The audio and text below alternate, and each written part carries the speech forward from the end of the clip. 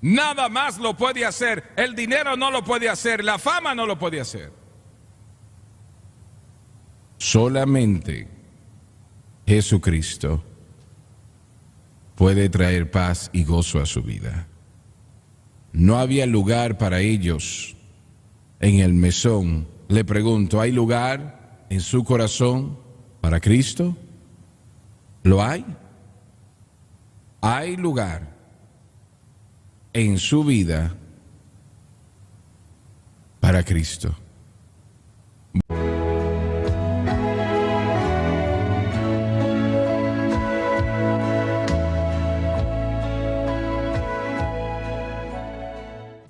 En el tiempo del nacimiento de Jesús, ahora ya cerca de 2000 años atrás, el mundo de aquel tiempo fue gobernado por Roma, el Imperio Romano. Roma gobernó una gran parte del mundo por cerca de 1000 años. Nunca ha habido antes o después como Roma. Controló todo el Medio Oriente, controló toda Europa del Este, con su sede obviamente en Roma propiamente. Controló la mayor parte del este de Europa. Jim Woolsey y yo y Francis estuvimos en Budapest, Hungría. Tuvimos una predicación allí en Budapest, Hungría. Muy cerca del hotel donde estábamos quedándonos habían ruinas y vi las inscripciones que estaban escritas en el idioma de ellos y el inglés, de que este lugar había sido edificado por los romanos cerca de 2000 años atrás. No controlaron a India o China o Japón o Rusia, pero veían a todo el mundo con dos ojos. Primero que nada, si era romano. Y si no había nacido como romano, costaba mucho dinero venir a ser romano, a menos de que Roma diese a la persona ciudadanía, ese estatus, por alguna gran labor que habían llevado a cabo, lo cual era el caso con el apóstol Pablo. Él era un ciudadano romano, su familia era de ciudadanía romana. No sabemos qué sucedió allí para llevar a cabo esto, pero él era un ciudadano romano. Ninguno de los demás apóstoles lo eran. Pablo sí lo era. Algunos de los que estuvieron con él en años después también lo fueron, ciudadanos romanos, pero no ninguno de los 12 originales. Ellos veían al mundo como romanos o bárbaros. Así era como veían ellos la humanidad. Nosotros vemos los 5 colores hoy en día. En aquel momento no era así. Si era romano o era un bárbaro. 2 clasificaciones. Y hasta que los cristianos vinieron a ser,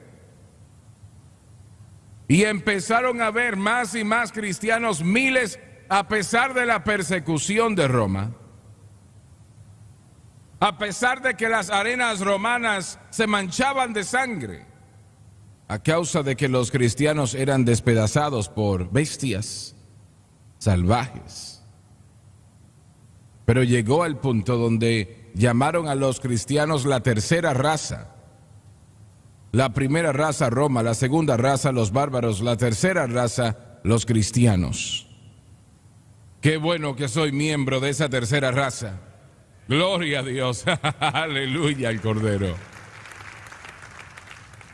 Tantos cristianos tienen tanta influencia sobre la moral del Imperio Romano que se les dio una designación: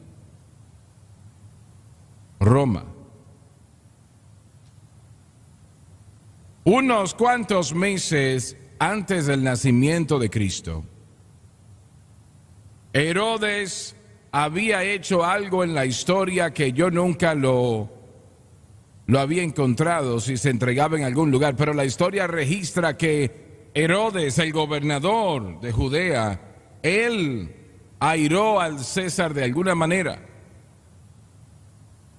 Y fue algo que él hizo lo que causó que el poderoso líder del Imperio Romano que tomase medidas, y las medidas fueron las siguientes: que a toda Israel se le iba a imponer un impuesto, y cada familia en aquella nación, y vamos a detenernos acá un momento, Israel, de todas las provincias de Roma, de todas las distintas naciones que conquistaron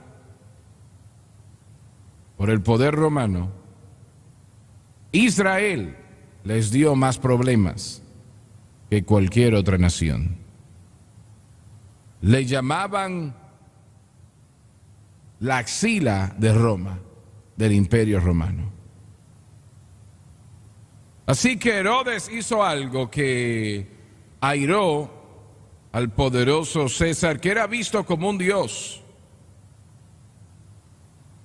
Así que él puso un impuesto a toda Israel.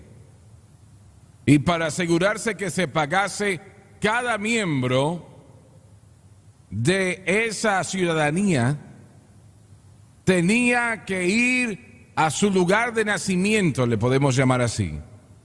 Tenía que volver a ese lugar, al lugar de donde provenía su familia. En el caso de José era Belén. Belén era pequeña, tal vez unos cuantos cientos en población, tal vez. Pero era el lugar de nacimiento, la provincia de Judá, de donde María y José fueron parte. Ahora bien, yo quiero que entienda esto. 700 años atrás, 700 años atrás, eso es mucho tiempo, el Señor se movió sobre el profeta llamado Miqueas,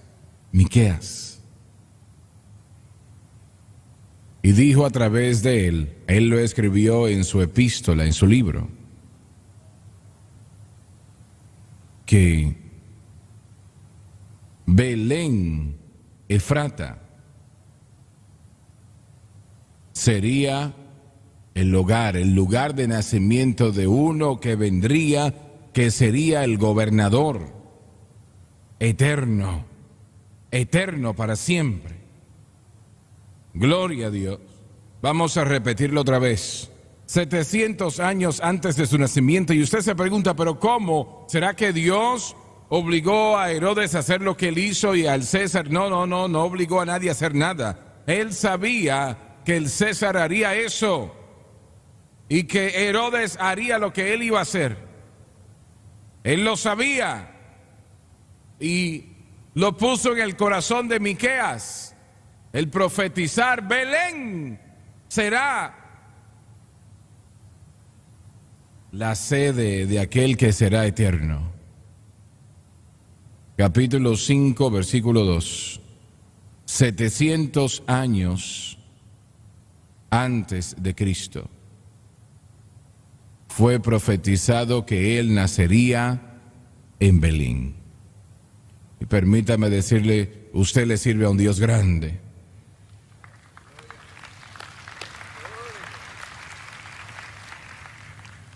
Ahora bien,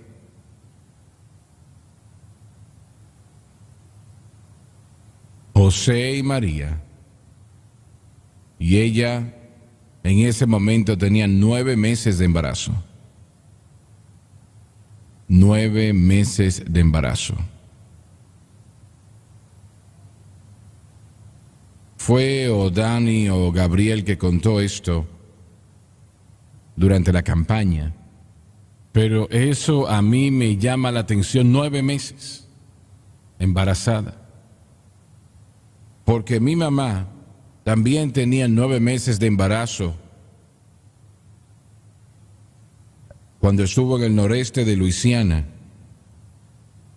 Y mi papá y el papá de Jerry Lee Lewis y el papá de Mickey Gilley también. No estoy orgulloso de ello, pero es la verdad. Estaban destilando alcohol ilegalmente. Bueno, no diga amén con eso.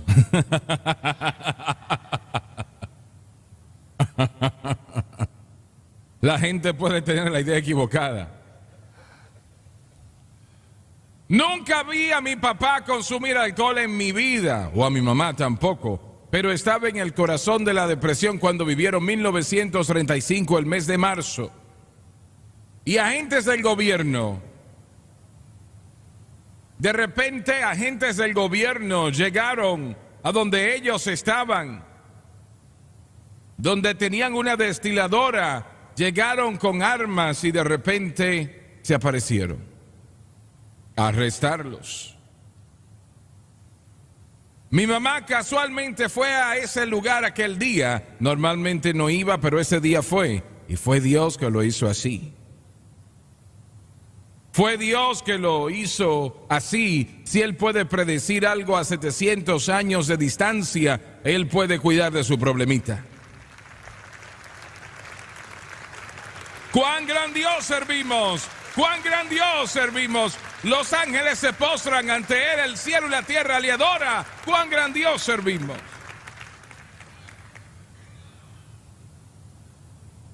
Y mi mamá estaba parada allí sorprendida con temor. Mi papá tenía 19 años de edad. Y ese agente del gobierno con su escopeta en mano se quedó mirándolos. Le estaban poniendo las esposas a mis tíos, el papá de Jerry Lee Lewis y el de Mickey Gilley. Y ese agente miró a mi mamá embarazada, 9 meses de embarazo conmigo en el vientre, y le preguntó a mi papá, ¿es esa tu esposa? Mi papá dijo, sí, señor. Yo escuché a mi papá contarlo. Yo no sé si ese agente murió y fue la gloria, pero si él fue, yo quiero buscarlo cuando llegue al cielo y quiero darle gracias. Le dijo, muchacho, tu esposa está a punto de dar a luz y yo no quisiera verte en la prisión. Dijo, muchacho, ¿qué edad tienes? Mi papá respondió, 19 años. Le dijo, me voy a dar vuelta y voy a mirar en otra dirección por un momento. Y cuando yo me vuelva a dar vuelta, tú no debes estar aquí ya. Si hubiesen estado allí haciendo audiciones para las Olimpiadas, quiero decirle que mi mamá y mi papá hubiesen ganado la competencia. Mi mamá no podía correr muy rápido, pero aquel día voló. Mi papá la levantó y brincó. Alabado Dios. ¡Cuán gran Dios servimos! ¡Aleluya!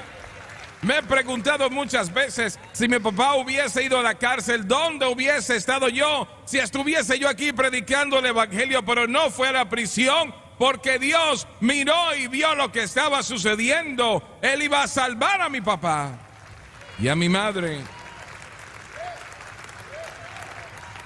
y cambiar sus vidas. No vivían para Dios en ese momento, no conocían a Dios. Bueno.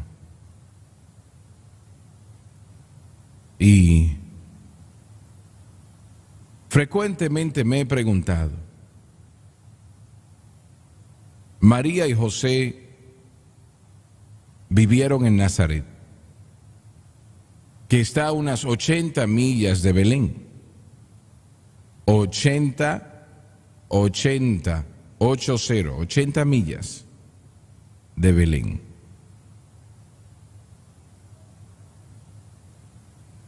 Sería dificultoso, difícil para toda dama ir en un vehículo a 80 millas de distancia días antes de dar a luz.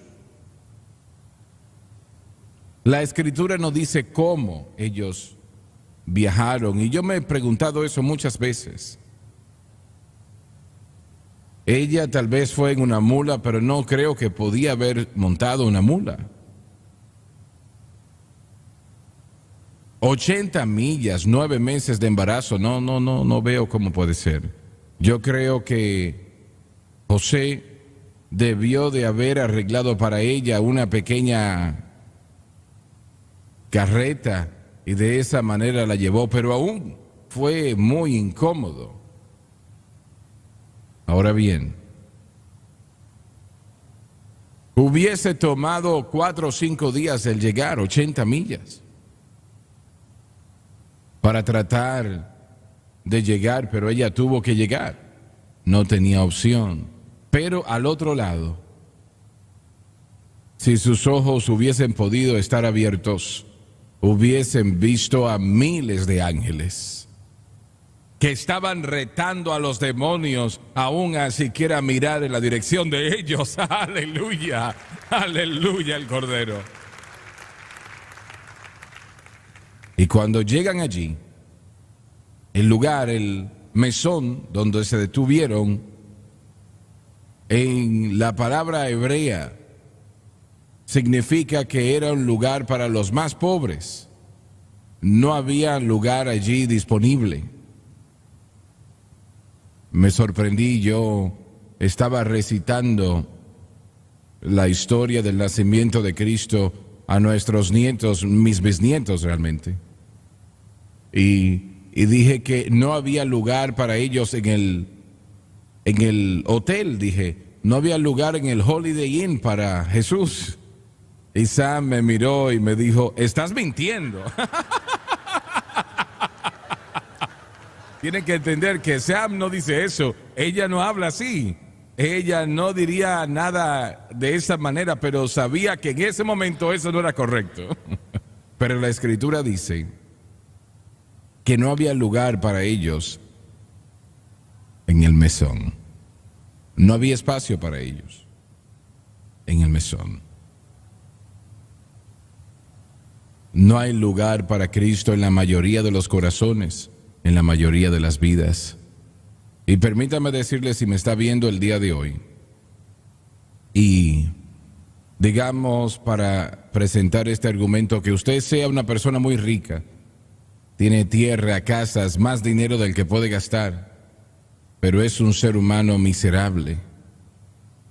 Porque si no tiene a Cristo, nada más puede traer alegría o paz en su vida. Quiero repetir eso otra vez. La única cosa que puede traer paz al alma preocupada, que puede traer gozo, es Jesucristo.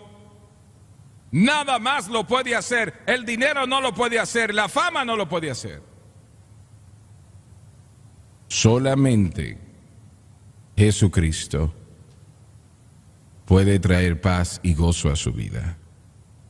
No había lugar para ellos en el mesón. Le pregunto, ¿hay lugar en su corazón para Cristo? ¿Lo hay? ¿Hay lugar en su vida para Cristo? Bueno, yo no sé si Él es el Hijo de Dios o no. Muéstreme uno que lo sea entonces. Solamente Él es el Hijo de Dios. Adelante, den al Señor un aplauso de adoración.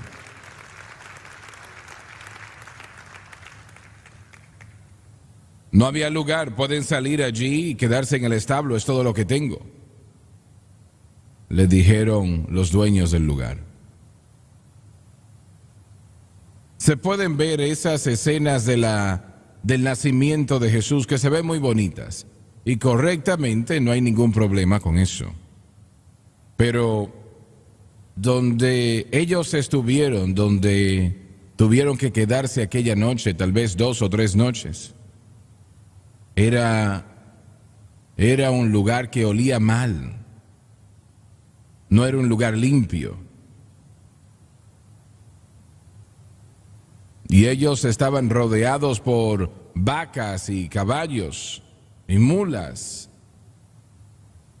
Y usted dice, pero ¿por qué si Dios pudo haber traído a su Hijo a este mundo, protegido por 1,000,000 de ángeles y carros de fuego? Dios pudo haber hecho una gran entrada a este planeta con Jesucristo rodeado por los querubines y serafines, de tal belleza y gloria que no podríamos describirlo. Él lo pudo haber hecho así. Y cuando Jesús vuelva otra vez la segunda vez, así es la manera como Él va a venir. Gloria a Dios, aleluya. Coronado Rey de Reyes y Señor de Señores, escogido entre 10,000. ¿Y puede usted montar caballos? ¿Puedes? ¿Puedes montar a caballo? Yo tampoco. Así que nos vamos a tener que entrenar. Sí, porque vamos a volver montados en un caballo blanco. Gloria a Dios. Alguien diga aleluya. Gloria a Dios.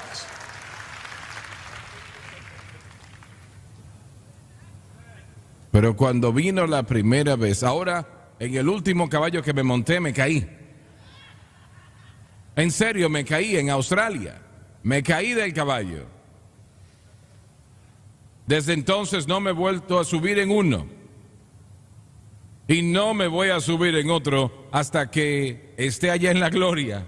El Señor me diga, este es tuyo, le voy a preguntar, Señor, pero Él está es manso.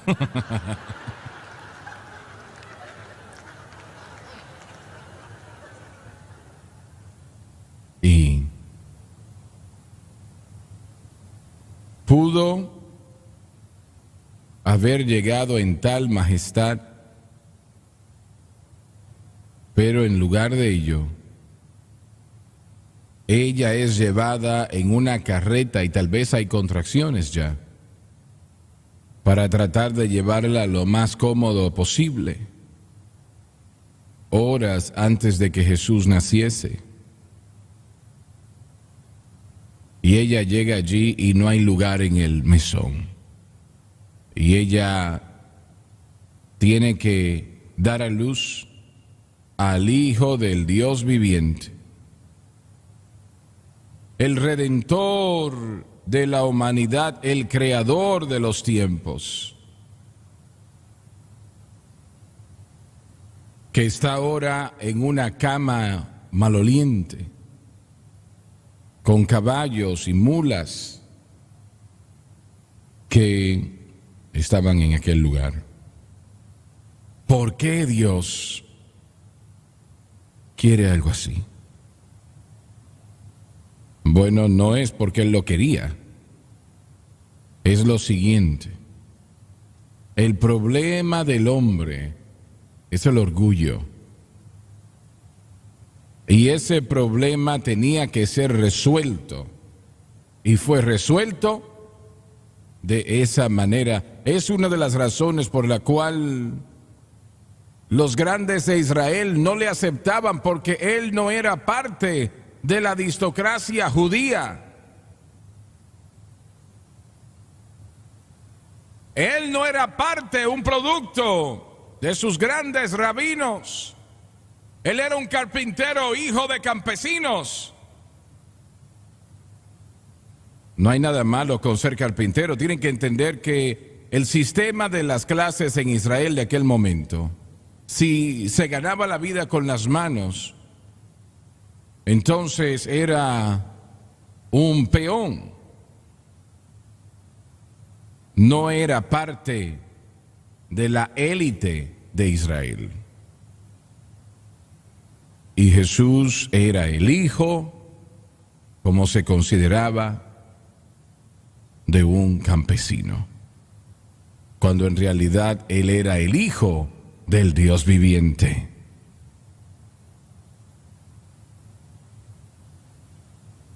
Y ella no tuvo una partera para que le ayudase. No había doctor allí. Y el bebé nace en un pesebre maloliente. Y cuando nace, de repente, ángeles aparecen. ¿A quién? Esos ángeles no aparecieron a la aristocracia, a los grandes sumos sacerdotes o a los sacerdotes de Israel. Esos ángeles aparecieron a pastores. Y los pastores eran vistos como hombres que ganaban los salarios menores. Ellos no eran capaces de hacer nada que valía la pena, pero a ellos se les aparecieron los ángeles, cantando gloria a Dios en las alturas y en la tierra paz a los hombres de buena voluntad. Y permítame decirle lo que sucedió. En ese momento, alguien se le acerca, muy posible, a la guardia en Roma y dice: tengo que ver al César. Le preguntan quién él era. Le respondió y dijo quién era, y lo llevan a la presencia del César. Él entra a ese trono donde está el monarca más poderoso en la faz de la tierra. Y le dice: César, acabamos de cerrar las puertas de Janes. El último viaje, cuando estuve en Roma, yo vi los fundamentos que todavía están allí, en tierra. Cuando la legión romana, poderosa legión romana, estaba peleando en alguna parte del mundo romano, cuando estaban batallando con paganos, la poderosa Roma, esas puertas se abrían. Y no se había cerrado durante años. Pero en aquel día cuando ese bebé nació y el ángel dijo: gloria a Dios en las alturas y en la tierra paz a los hombres de buena voluntad, dijo: César, no hay conflicto, hemos cerrado las puertas de Janes, cerradas, y se quedaron cerradas durante 33 años y medio.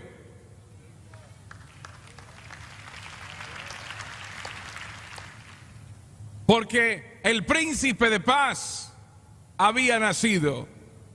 Y el príncipe de paz, si le hubiesen dicho a Roma la razón por la cual la paz romana que estamos viviendo, esa paz,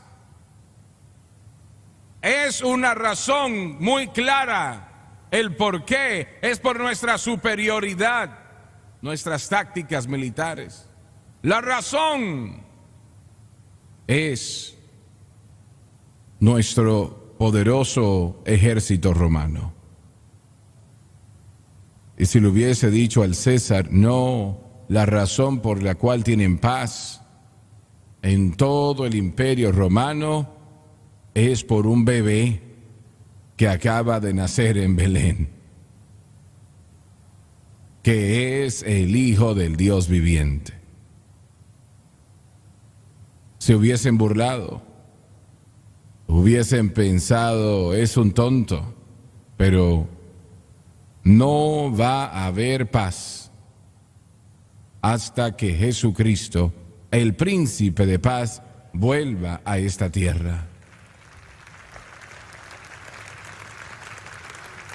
Escuché en los medios, me parece que fue ayer, estaban entrevistando a alguien y estaban preguntándole que lo que el presidente Trump al declarar Jerusalén la capital de Israel es algo que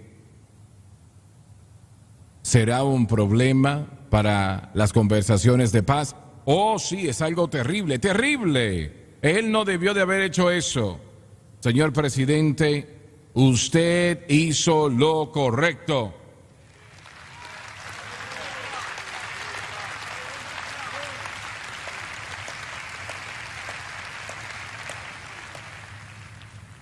Y si todos los hombres dicen no y Dios dice que sí, todo está bien. Aleluya. Bueno, gloria. Bueno, gloria. Alguien debe de alegrarse en este lugar. Well, my Lord is coming back to earth again. Yes, my Lord is coming back to earth again. Satan will be bound 1,000 years, and I'll have no tempter then. After Jesus shall come back to earth again, and there shall be peace in the valley for me. There shall be peace, oh, in that valley for me. ¿Dónde están los salmistas? There'll be no sadness, no more sorrow, no more trouble. Yes, I'll see, for there'll be peace in the valley for me. Voy a cerrar. La última cruzada que tuvimos en Toronto, Ontario, Canadá. Antes del servicio de domingo en la tarde, yo le dije a Francis, había un parque muy cercano al hotel donde nos estábamos quedando, tal vez a una cuadra de distancia. Voy a ir a ese lugar y voy a orar. Caminé y oré y era un domingo y pensé que podía tener un poco de privacidad y así fue. Yo no estaba poniendo ninguna atención, realmente no habían personas y el parque estaba casi vacío y de vez en cuando veía a alguien. Y estoy yo caminando allí en mis pensamientos, orando. No estaba orando en alta voz, estaba orando a mí mismo. Y escuché que alguien dijo mi nombre. Hermano Swaggart, ese es usted. Yo me detuve. Y había allí un hombre a mi derecha que estaba parado allí. Y se podía ver su ropa y notar que él había vivido mejores momentos. Dijo, esta es la segunda vez que esto me ha sucedido, pero no voy a contar la primera vez, ¿no? Solamente les digo esta. De todas maneras, él dijo, hermano Swaggart, yo estuve en su cruzada en Knoxville, Tennessee. Y él dijo el día cuando celebramos la cruzada. Y le pregunté, ¿usted vive aquí ahora? Y me dijo, realmente yo no vivo en ninguna parte. Él dijo, el alcohol básicamente me ha destruido. Yo he perdido a mi esposa, he perdido a mis hijos, he perdido a toda mi familia. He perdido mi casa, mi negocio, todo lo que tenía, el alcohol. Y él dijo, yo no había orado durante años, yo no he orado en años. Y él dijo, pero unos 5 minutos atrás yo oré. por primera vez durante años, dije, oh Dios, si tú eres real, yo necesito tu ayuda. Por favor, yo no sé qué pedirte, pero yo necesito ayuda. Y él dijo, hermano Swagger, yo abrí mis ojos y ahí estaba usted. Gloria a Dios. Hablé con él, no sé por cuánto tiempo, y le dije, yo voy a orar por usted. Yo quiero que usted ore conmigo. Y me dijo, oh sí, yo conozco la oración de fe. Y le dije, yo quiero que usted crea a Dios porque el Señor le ama, hermano. Él le ama. Puse mi mano sobre sus hombros y oré y él oró conmigo. Y no me refiero a que él solamente repitió unas palabras, él oró. Gloria a Dios. Y cuando yo partí, había una gran sonrisa en su rostro. De oreja a oreja. Él dijo, Dios contestó mi oración. Dios contestó mi oración. Es el tiempo de la Navidad, créalo o no, es el tiempo más solitario del año para la mayoría de las personas. Es el tiempo más solitario del año. Porque la vida les ha hecho daño. Y no tienen a nadie. Pero usted sí tiene a alguien. Si usted aprovecha esto, su nombre es Jesús. Él vino a este planeta y para libertar al cautivo. Y Él le libertará a usted, si se lo permite hacerlo. Inclinen sus rostros, por favor. Padre Celestial, te doy gracias por tu gracia hoy. Y Señor, yo pido en el nombre de Jesús que estas palabras que hemos dicho a estas personas, Señor, que vayan a casa a sus corazones. Yo voy a hacer la pregunta, no voy a tomar más que un momento. Si están en este lugar, en este auditorio, en este santuario,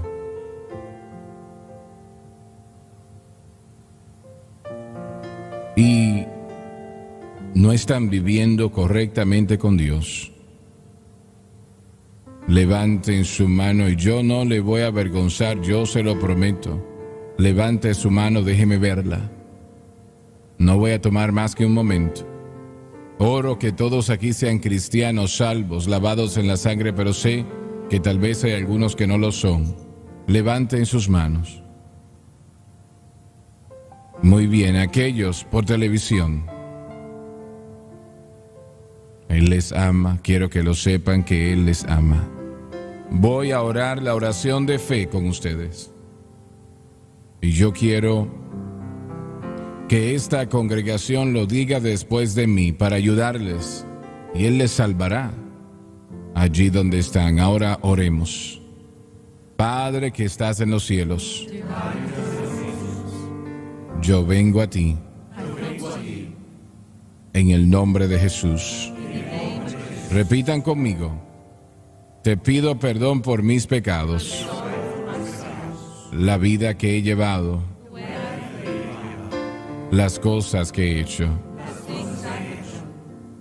Por favor, perdóname y límpiame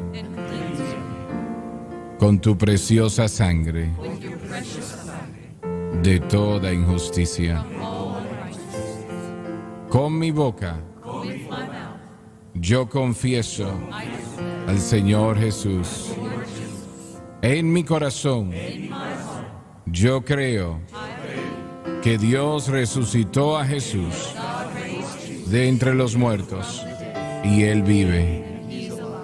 En este momento, yo acepto a Jesucristo como el Salvador de mi alma y lo hago el Señor de mi vida. Y de acuerdo a su palabra, que no puede mentir, soy lavado, soy limpio, soy perdonado, yo soy salvo. Alabado Dios, den al Señor un aplauso de adoración.